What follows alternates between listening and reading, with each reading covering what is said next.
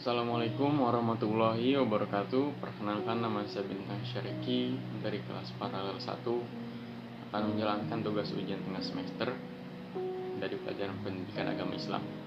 Materi pertama itu diagnosis jiwa melalui critical thinking. Mengenal diri sendiri mulai dari dasar pemahaman kenali jiwamu. Nabi bersabda, barang siapa yang mengenali dirinya, maka telah mengenal Tuhannya. Critical thinking melalui alat diagnosis jiwamu berkekuatan berpikir untuk memahami fungsi penciptaan alam raya.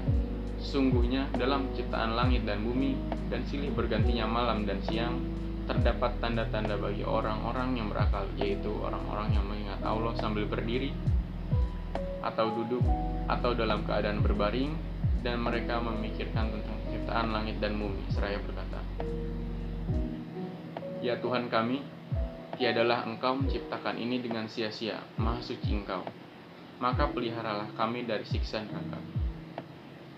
Bumi diciptakan bukan karena kebetulan, tapi disiapkan dengan nyaman untuk dihuni oleh beragam makhluk hidup yang ada di bumi.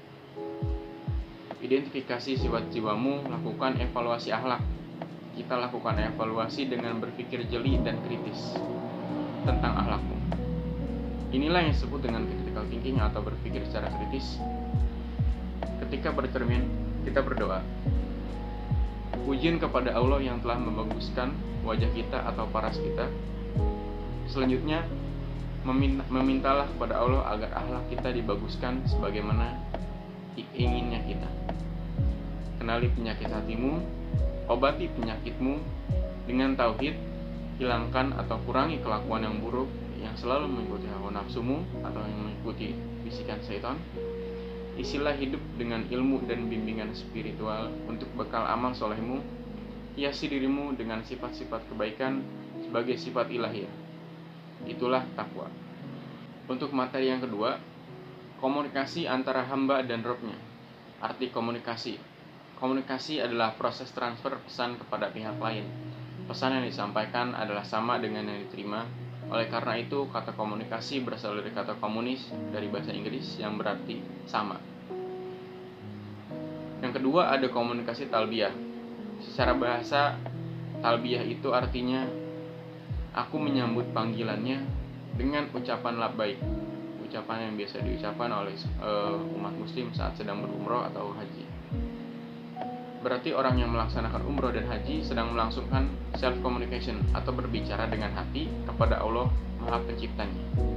Yang ketiga, ada critical thinking dan komunikasi. Model critical thinking komunikasi musyahadah terhadap asar Nabi, menghasilkan pengetahuan, pahami ajaran secara mendalam, gunakan untuk analisis diri, sintesis, melalui proses tiru dan modifikasi sesuai kondisi. Lalu evaluasilah diri agar sesuai dengan sifat Allah yang dicontohkan oleh akhlak Nabi Muhammad SAW. Yang keempat, ada tangkap dan pahami pesannya.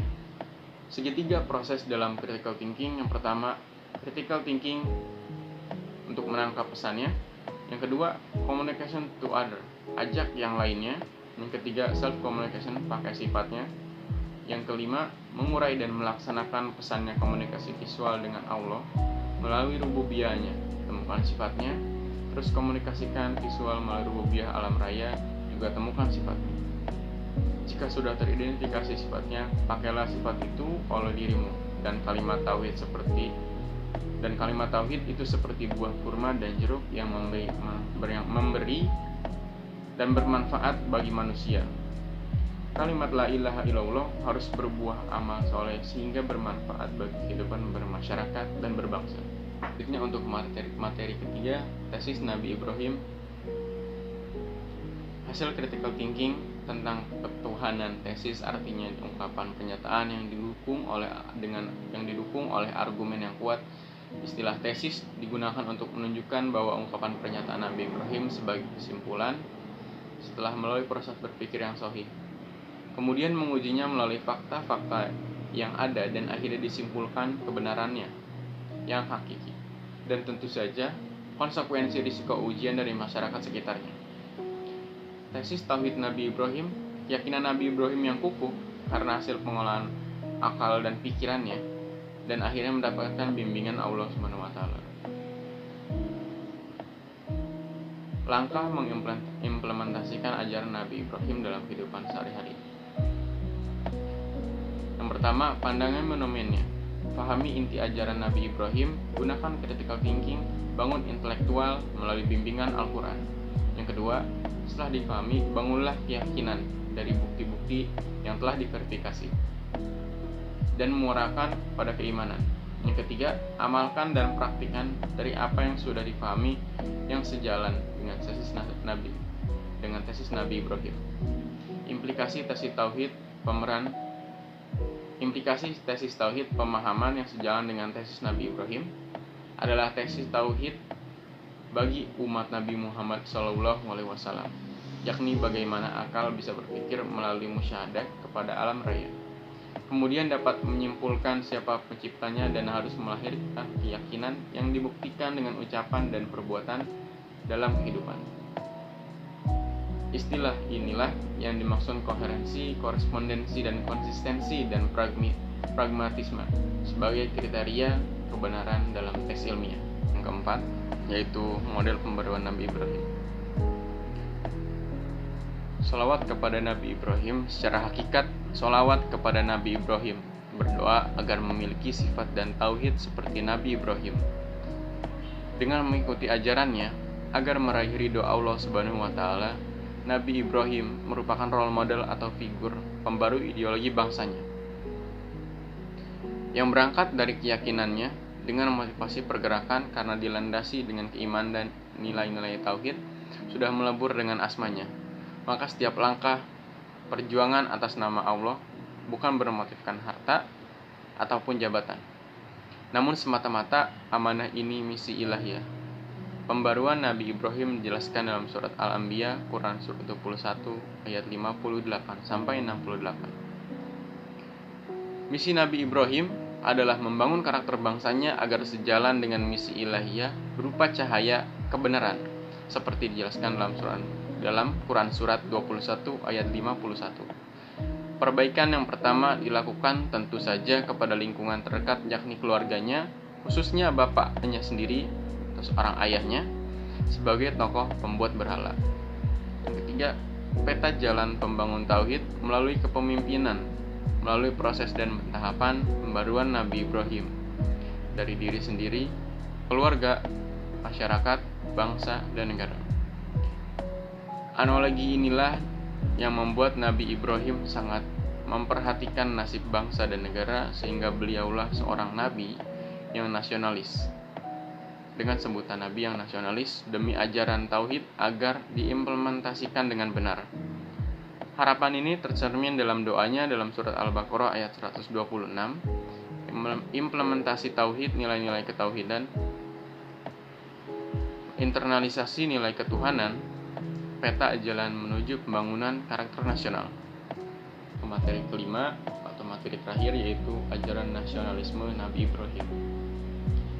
Cahaya keimanan yang pertama Allah, hati dan iman, lalu sabar, syukur, ridho, itu sifat ilahiyah. Kajian tafsir Al-Bagawi surat Ibrahim, cahaya.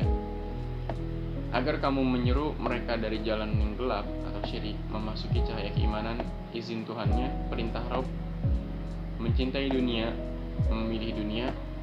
Mereka mencari dunia melalui jalan jauh dari kebenaran atau jalan yang diharamkan. Al-Quran adalah kitab yang harus difahami untuk memberikan pembeda, penjelas yang dari alam kegelapan, karena terlalu mencintai dunia sampai tidak memperhatikan jalan yang diharamkan. Inilah esensi berhala yang menimbulkan kesyirikan.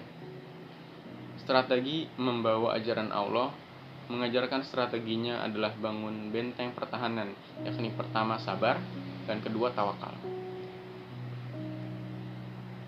Jika menggunakan strategi ini, maka musuh akan dihancurkan oleh Allah Subhanahu wa taala dan kemenangan akan kita peroleh. Selanjutnya, teritorial wilayah akan dikuasainya. Implementasi ajaran disampaikan dengan bahasa kaumnya agar lebih paham. Lebih luas lagi adalah dengan bahasa kehidupan masing-masing bangsa.